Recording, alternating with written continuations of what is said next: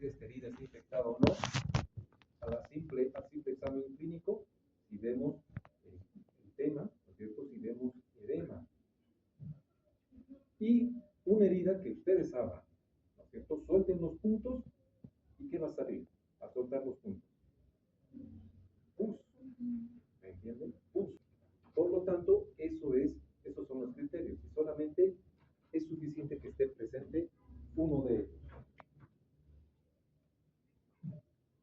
Cuando hablamos de una infección del sitio quirúrgico profundo, fíjense que ya aquí estamos hablando de que está por debajo de la fascia muscular. Entonces, tiene que haber uno. Lo mismo, drenaje turbulento de la incisión profunda de la neurosis, es decir, abriendo la fascia. Segundo, ¿qué significa dehiscencia? Dehiscencia, ¿qué significa? Nunca lo escuché. De lo que estaba unido,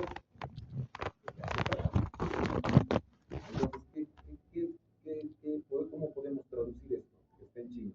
¿Cómo podemos traducir? Una incisión profunda, o sea, nosotros vemos que está la incisión abierta, pero la superficial o la profunda. La profunda, ¿me comprenden? Y si está abierta la incisión profunda, va a aparentar ser una infección del sitio quirúrgico superficial. Pero cuando abrimos, vamos a poder ver que está mucho más abajo del plano superficial. No sé si me dejan. ¿Por qué? Porque Dios es o que deliberadamente ustedes puedan abrir y va a salir el material. ¿Qué diferencia hay con la anterior, con la infección del sitio quirúrgico superficial o del herido operatoria? Que aquí ya se añade sintomatología sistémica.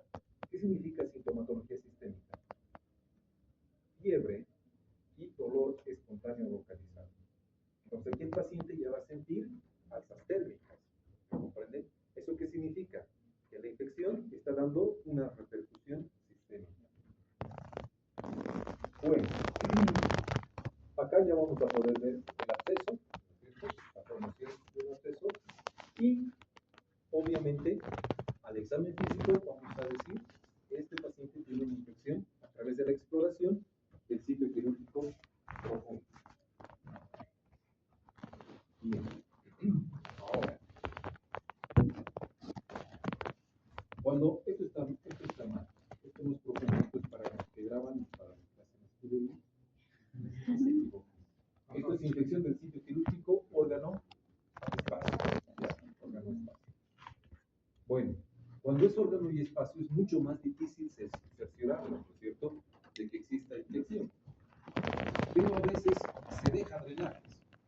Porque pasan práctica conmigo, han podido ver que nosotros dejamos drenaje. Entonces, salida del material purulento a través de un drenaje colocado en el órgano o en el espacio. ¿Me comprenden? Entonces ahí a través del drenaje puede salir. Si dejamos una pleurotomía o un drenaje a una articulación o hacemos una pericardiocentesis y dejamos un drenaje, vemos que está saliendo material purulento a través del drenaje. Cultivo positivo, pero acá ya se añade también los síntomas de fiebre, la presencia de leucocitosis en el laboratorio, y lo que más llama la atención es el dolor. El paciente se va quejando, se va quejando. No tenemos evidencia. Si no dejamos drenaje, no tenemos evidencia de que tenga una infección. Pero paciente postquirúrgico de una cavidad, ya sea cavidad torácica, cavidad pleural, cavidad pericárdica, cualquier otra cavidad, y que tenga fiebre con leucocitosis, no vamos a pensar que está resfriado o que tiene otra cosa, ¿no es cierto? ¿Qué es lo primero que vamos a pensar? Infección. Si no tenemos drenaje, ¿me comprenden? Por lo tanto, órgano-espacio es mucho más complicado hacer el diagnóstico. Y por eso necesitamos estudios de imágenes o un estudio histopatológico. ¿Qué estudios de imágenes podemos pedir? ecografía. Primero, ¿no es cierto? Y después, para ser mucho más específico, podemos pedir tomografía o podemos pedir una resonancia. Bueno, ¿está claro, jóvenes? ¿Alguna duda? Yo creo que está fácil. Es más que todo de lógica. Bueno, ahora, ¿para qué sirve esto? ¿Para qué sirve esta diapositiva? Aquí dice microbiología de la infección del sitio quirúrgico. ¿Para qué sirve? Es lo mismo que cuando les explicaba de la celulitis.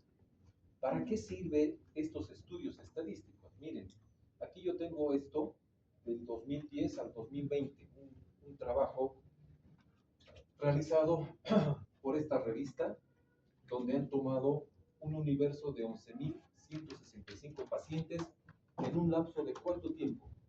10 años, del 2010 al 2020, son 10 años. Y han visto en esa década, ¿qué germen era el que predominaba en 10 años? ¿En 10 años han modificado? No han modificado. ¿Quién ocupa el primer lugar? Estafilococos. Ahora, en 5 años, en el año 2025, ¿habrá modificado? No dudamos.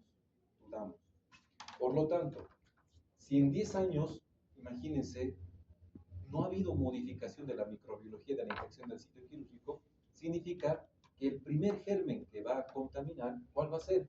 El estafilococo aureus. El estafilococo es un coco gram positivo. Pero en segundo lugar, ¿quién está? La Escherichia coli. La Escherichia coli está implicada casi en todo, ¿no es cierto? Fíjense que en primer lugar está un coco positivo y en segundo lugar está un bacilo gram negativo. Por lo tanto, y en tercer lugar está la pseudomonas, fíjense otro en Enterobacter. Estos son los principales 1, 2, 3, 4, 5 gérmenes que comúnmente infectan la herida, el sitio quirúrgico. ¿Pero para qué sirve? ¿Quién me puede decir? Para el tratamiento. ¿Pero para el tratamiento qué? Empírico, correcto. Porque si viene un paciente con todos esos criterios que hemos dicho, viene hoy día a la consulta donde ustedes están, ¿qué sería lo lógico? Para saber el nombre y apellido de la bacteria que está contaminando, ¿qué sería lo lógico? Un cultivo y antibiograma. Siempre tienen que ir juntos, ¿no es cierto? Cultivo y antibiograma. Pero ¿cuánto tiempo dura el cultivo y antibiograma?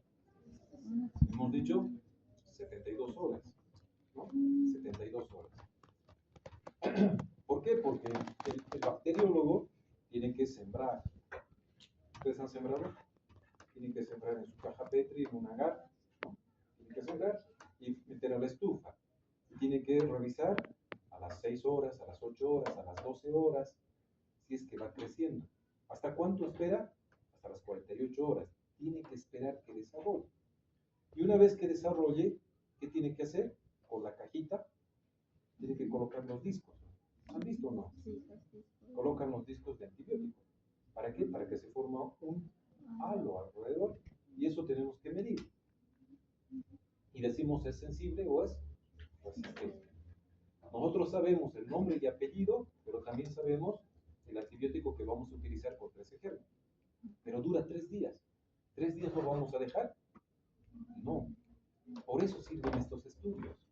Porque nosotros sabemos que los dos primeros van a ser el estafilococo aureus y la Escherichia coli. Por lo tanto, ¿qué antibiótico voy a utilizar? Uno que tenga un espectro para cocos gram positivos y para bacilos gram negativos. ¿Me comprenden? Para eso sirve. Entonces, iniciamos la terapia empírica basada en un estudio científico hasta que tengamos la evidencia del cultivo y el antibiograma. Por ejemplo, un antibiótico excelente que actúa contra ambos, ¿cuál será? Podemos utilizar una quinolona. ¿Cuál? Ciprofloxacina. Entonces empiezo con la ciprofloxacina, pero ya le hemos tomado la muestra de cultivo, ¿o no? ¿Qué se hace primero? ¿El antibiótico o la muestra, o la toma de muestra? La toma de muestra, ¿cierto? Es lógico. Esperamos los 3 días, pero el paciente ya está cubierto. ¿Qué pasa si el examen viene y nos dice sensible a ciprofloxacina o resistente a ciprofloxacina? ¿Qué hacemos? Si es sensible, ¿qué hacemos? Continuamos. Si es resistente, cambiamos por la lista, por uno de la lista. ¿Me entienden?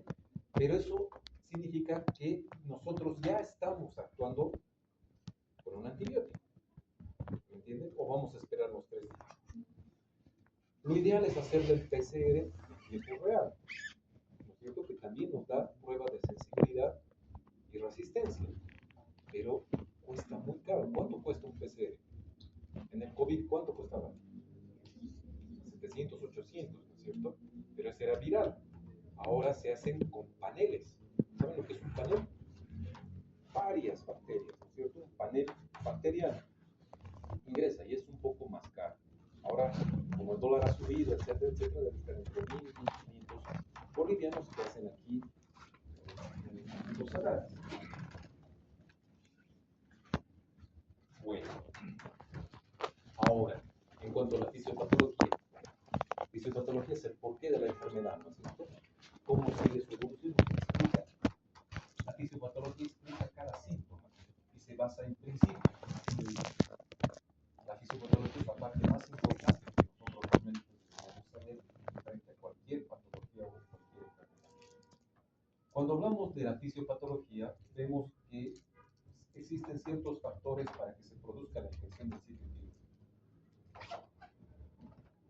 Y ustedes tienen que ver que no es casualidad o por colocar la palabra cirujano de color rojo, paciente de color amarillo y patógeno de color blanco, ¿no? Para que se vea bonito, para que ustedes les resalte la vista.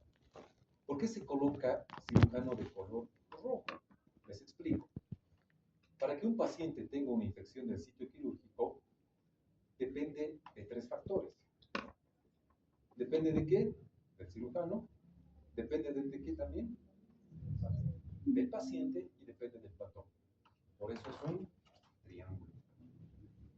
Para que exista infección, ¿cierto? El sitio quirúrgico. Ayer decíamos, para que exista infección nosocomial, también dependen de 3 factores, ¿cierto? El paciente, el patógeno y el ambiente. Aquí decimos que para que exista infección del sitio quirúrgico es exactamente lo mismo. Porque quitamos el ambiente y ahora añadimos el cirujano. Bueno, ahora van a ver por qué la parte de cirujano está de color rojizo. Dependiente del patógeno. Todos sabemos que para que si exista una infección del sitio quirúrgico, ¿qué tipo de microorganismo va a contaminar? Bacteria, virus, rickettsia, parásito, hongo, ¿qué va a contaminar? Bacteria. La primera causa es la infección bacteriana. Por lo tanto, el patógeno dependerá del inóculo bacteriano. ¿Qué significa inóculo? Inóculo. ¿Perdón? Perdón, un poquito más fuerte. Carga bacteriana, la cantidad de bacterias, ¿no? Vamos a suponer que uno de sus compañeros o su compañera aquí nos dice, bueno, como es viernes y hay elecciones, viernes, jueves, nos invita a comer aquí hamburguesas, aquí a la esquina, al kiosco, ya nos invita.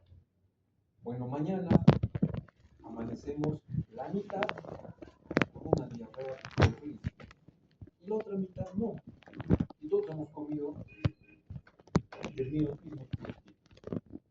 ¿Por qué unos sí, por qué otros no?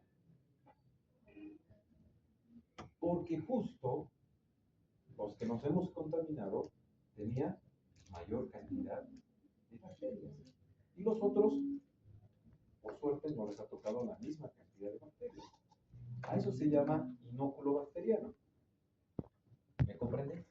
O sea que en el momento de la cirugía, que es el momento donde se siembra la bacteria, puede recibir una carga bacteriana lo suficientemente alta como para vencer la defensa de nuestro organismo y producir infección con todas sus manifestaciones clínicas. ¿Me comprenden? Ese exactamente lo mismo cuando comemos. Cuando comemos y vamos a un lugar no muy limpio, que no tiene normas de manipulación de los alimentos, y eso está con una carga bacteriana. Puede ser salmonella, puede ser Escherichia coli, o puede ser el estafilococo, ¿no es cierto? Intoxicación bacteriana. Entonces, ¿por qué unos sí, por qué otros no? Porque a unos nos ha tocado mayor carga bacteriana, mayor inóculo bacteriano. ¿Me han comprendido o está en ruso? Bueno. Entonces, ¿cuánto es la cantidad de bacterias que deberíamos medir o deberíamos inocular? Pues hay gente, ustedes dirán, hay gente ociosa que se ha dedicado a saber cuánto. Y han demostrado que en una carga bacteriana de 10 a la 8 por cada gramo de tejido, pues puede desarrollar infección. 10 a la 8. ¿Es poquito? ¿Nada? Mucho. Mucho. ¿Eso qué significa? Que nuestro sistema inmune realmente no puede defenderse si la carga bacteriana es bastante. ¿Me entiendes? Lo mismo sucede cuando ingerimos un alimento contaminado. Por eso les decía ayer, ¿qué sería de nosotros si no tendríamos nuestro sistema inmunológico totalmente competente? No estaríamos aquí, la población estaría depauperada, ya no existiríamos, pero estamos capacitados con un sistema inmunológico lo suficientemente letal para que nosotros podamos estar aquí vivos. Además tenemos en nuestro estómago el ácido clorhídrico, ¿no es cierto? Y tenemos una flora, una microbiota que nos protege también de la invasión, porque compiten, no va a permitir de que otra bacteria ingrese. Por eso es importante el tipo de organismo, no solamente la carga, sino también el tipo de organismo. Y además, la virulencia. La virulencia. La virulencia son todos aquellos mecanismos que tiene la bacteria para poder abrirse camino, ¿no es cierto? Pueden sintetizar hialuronidasas, enzimas, etcétera, etcétera, como para abrirse camino e implantarse en un tejido. No es lo mismo patogenicidad que virulencia, o es lo mismo. La virulencia es la agresividad que tiene la bacteria y esta virulencia está totalmente dependiente del tipo de organismo. Si tiene esporas, si no tiene esporas, si tiene cápsula, si no tiene cápsula, si es gram positivo, gram negativo. ¿Me comprenden? Todo está dependiendo del patógeno. Ahora bien, nosotros, para defendernos de la infección, ¿qué tenemos? Nuestro sistema inmunológico, ¿no es cierto? Tenemos leucocitos, factor del complemento, inmunoglobulinas. Tenemos un sistema inmunológico poderoso. Es como un ejército bien dotado y capacitado. Pero además, ¿qué tenemos? Barreras, ¿no es cierto? Es como que si nos quieren invadir, colocamos unas barricadas y no van a poder llegar, pese a que tenemos un sistema inmunológico eficiente. Tenemos la barrera cutánea, tenemos secreciones, como que lavan constantemente, ¿no es cierto? Por eso un factor de virulencia es que las bacterias tengan pilis, ¿no? Pilis, que hacen que se adhieran. Es el principal mecanismo de infección. Se adhieren y ninguna secreción. Por ejemplo, para que no exista infección urinaria, precisamente tiene que haber un fluido urinario, ¿no es cierto? Pero si hay éstasis urinaria, ahí se produce la infección. ¿Por qué? Porque las bacterias se llegan a adherir. Entonces, tenemos varias barreras. Y una de las barreras que tenemos en nuestro estómago, que es el ácido clorhídrico. Pero otra barrera fabulosa que nosotros tenemos es nuestra microbiota. ¿Saben lo que es la microbiota? Ayer hemos visto. Son las bacterias que están colonizadas en nosotros y que nos defienden en caso de que alguien quiera ocupar su lugar. Se defienden y dicen, esta es mi casa, no voy a permitir de que tú vengas y invades. Entonces hay una lucha entre bacterias. ¿Entienden el concepto? Estoy tratando de hablar así como cuentito. Entonces, ¿qué pasa? ¿Qué pasa si nosotros agarramos y a un paciente le doy antibiótico y antibiótico y antibiótico y antibiótico? ¿Qué sucede con eso? Resistencia. Además de resistencia, ¿qué va a suceder? ¿Qué? Exacto. Destruimos a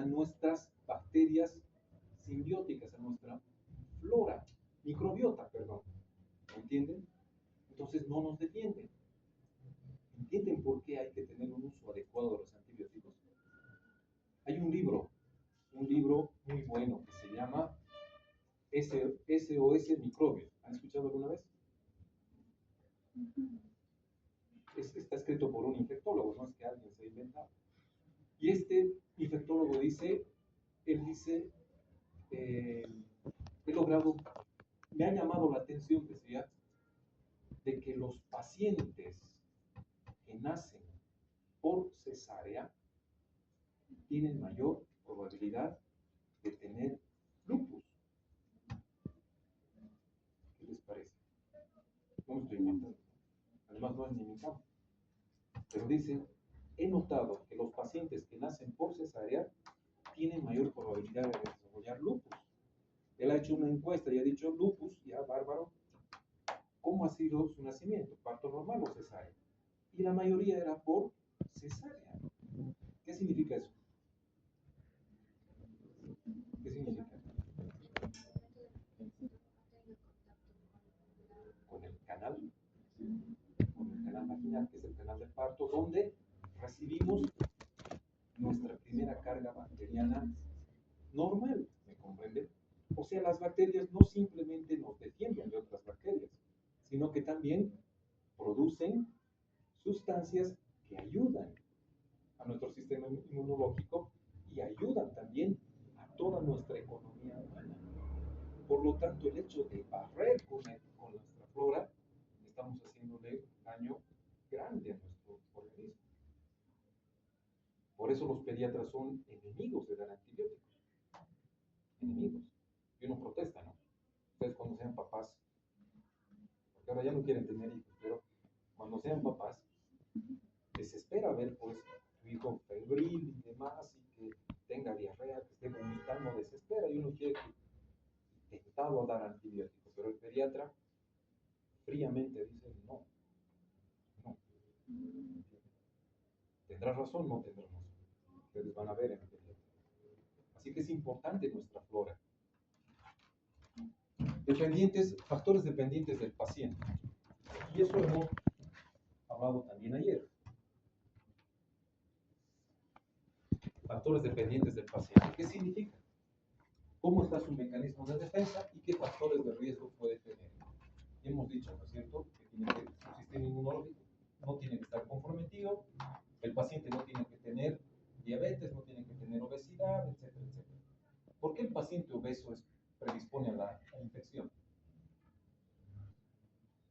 ¿Por qué? El paciente obeso se infecta fácilmente. Infección de la herida operatoria, infección órgano profundo o incluso órgano cavitario. ¿Perdón? Porque el paciente obeso es un paciente que tiene mala irrigación. ¿Mala irrigación en qué tejido? ¿Qué tejido predomina en el paciente obeso? Graso. El tejido graso no es bien irrigado. No es irrigado. Cuando hacemos la incisión, la piel es lo que sangra más. Llegamos al tejido celular subcutáneo, que es grasa, sangra, pero cohibe al tiro. Mal irrigado. Pero eso qué tiene que ver con la infección. Pues necesitamos una buena irrigación para que el proceso inflamatorio se lleve a cabo con efectividad. No se olviden que el proceso inflamatorio libera neutrófilos y macrófagos, ¿no es cierto? Pero si hay poca cantidad de vasos, ¿cómo van a llegar ahí? Y más aún, si nosotros queremos dar antibiótico, ¿cómo el antibiótico va a llegar con una concentración mínima inhibitoria adecuada? Por lo tanto, el tejido graso es malo. Y por eso se infecta el paciente obeso. ¿Por qué el paciente diabético se contamina? ¿Por qué se contamina el paciente diabético? Porque mientras esté con hiperglicemia, ¿saben lo que es hiperglicemia, no? Que la glucosa esté elevada en sangre, la membrana basal del capilar está engrosada. ¿Y qué tiene que ver eso que la membrana del capilar esté engrosada? No hay diapéresis. ¿Qué será la diapéresis? La salida de neutrófilos y macrófagos para defender. Por lo tanto, si la membrana está como que formando un obstáculo, no hay, y por eso el paciente diabético se infecta. Pero si sus valores llegan a la normalidad, que está entre 70 y 110, ¿qué sucede? La membrana mágicamente está permeable otra vez. ¿Me comprenden? Por eso esas son teorías, son hipótesis. No estoy diciendo es, son hipótesis que están planteadas. Por lo tanto, el paciente también es otro factor. Ahora, ¿quién es el modulador? ¿Quién dice se infecta o no se infecta? ¿Quién puede sembrar? No solamente el cirujano, todo el equipo, ¿no es cierto? Si yo le digo a una de sus compañeras, tú vas a entrar a quirófano, me vas a ayudar, y ella dice, ya voy a entrar y agarra sus lentes y se acomoda, y otra vez toca el campo, ¿está contaminando o no está contaminando? Está sembrando, ¿no es cierto? ¿Me comprende? O si el equipo de esterilización está defectuoso y nos dan el instrumental que no esté esterilizado, vamos a sembrar o no vamos a sembrar. Por lo tanto, esos son factores, aunque no crean, son factores. Al empezar la cirugía, ¿qué se hace? La antisepsia de la zona operatoria. Si es de mala calidad o elijo un antiséptico inadecuado, ¿qué es mejor usar? ¿Un iodóforo o una solución alcohólica? ¿Eso les han enseñado? Ambos. Una combinación de ambos. ¿Cuál es la combinación de ambos? Alcohol iodado. Mayor efectividad que la povidona. Increíble, ¿no? Así datos de última esquina. No, pero eso ya está hace 5 años establecido. El alcohol iodado tiene mayor efectividad que la povidona iodada. Pero más que la povidona iodada, más que el alcohol iodado, es la clorhexidina, combinada con alcohol isopropílico. Eso sí que tiene mayor efectividad. Solo que, como no hay dólares, espero que ustedes no vayan a votar otra vez por ausencia de dólares. No podemos contar en nuestros hospitales con clorhexidina. No podemos. Había, pero eso es lo ideal. Por lo tanto, el cirujano es el que puede sembrar, el que no puede sembrar. El cirujano también tiene que ver en el preoperatorio. ¿Cuál es el objetivo del preoperatorio? Identificar el riesgo quirúrgico, identificar las comorbilidades. Por lo tanto, el cirujano es el que tiene que modular. ¿Me comprende? Por eso el tiempo del preoperatorio, que a veces no le damos importancia. Bueno, ahora, como estamos hablando de infección del sitio quirúrgico, se ha hecho una clasificación de la cirugía de acuerdo al riesgo de infección. En otras palabras, nosotros podemos, sin tener una bola de cristal, sin tener unas cartas del tarot, sin tener coca para leer, nosotros podemos decir si la cirugía se nos va a contaminar o no se nos va a contaminar. ¿Me están entendiendo? Esto es como predecir, ¿se va a contaminar o no se va a contaminar? Cada una de estas cirugías va a tener un factor, un porcentaje de infección. ¿Cómo se clasifican las cirugías de acuerdo al riesgo de infección? Cirugía limpia, limpia contaminada, contaminada sucia. Esto seguramente han visto el año pasado. Ahora, cuando nosotros, aquí está. Esto es corregido, pero miren, no es corregido, esto es corregido ayer. Esto está sacado de principios de cirugía de Schwartz, pero no sé por qué Schwartz me pone acá 3.1, eso está mal. Esto está mal.